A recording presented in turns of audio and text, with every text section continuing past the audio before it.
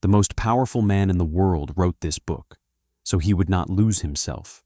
His name was Marcus Aurelius, Emperor of Rome.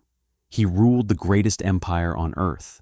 He had armies, wealth, power, and yet, every night he wrote, not for the public, not for fame, not for history. He wrote for himself. Those pages would become one of the most influential books ever written, Meditations. But there is one detail that few people know. Marcus Aurelius never intended to publish it. It was not a work meant for readers. It was a personal journal, a collection of thoughts, reminders, lessons he repeated to himself to face the difficulties of life, and difficulties he had many. During his reign, Rome faced constant wars, rebellions, economic crises, and one of the most devastating pandemics of the ancient world, the Antonine Plague, a disease that spread throughout the empire, killing millions of people. Entire cities were affected, the legions weakened, the economy slowed down, uncertainty was everywhere. And yet, in the middle of all that chaos, Marcus Aurelius tried to maintain control over only one thing, his own mind. And this is where Stoicism comes in, the philosophy that guided his life. The Stoics taught something simple, but incredibly difficult to put into practice. There are things you can control, and things you cannot control. The opinions of others, external events, the past, death. They do not depend on you, your actions, your choices, the way you respond. That does. And according to Marcus Aurelius, much of human suffering comes precisely from confusing these two categories.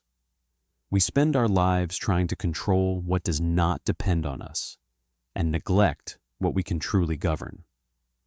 One of his most famous quotes says, "You have power over your mind, not outside events. Realize this, and you will find strength."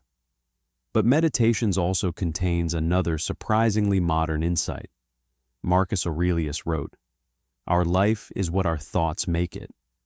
Today, neuroscience speaks about attention, perception, mental patterns, neuroplasticity. But almost 2,000 years ago, an emperor had already understood something fundamental. The way you interpret the world changes the world you live in. We cannot always choose what happens, but we can choose the meaning we give to it. And perhaps the most powerful concept in the book is this.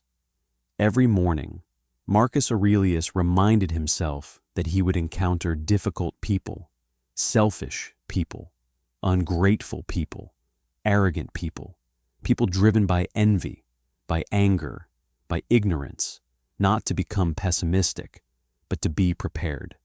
Because you cannot control who you will meet. You cannot control what others will do. You can only control your response. And perhaps that is exactly why Meditations continues to be read nearly 2,000 years later.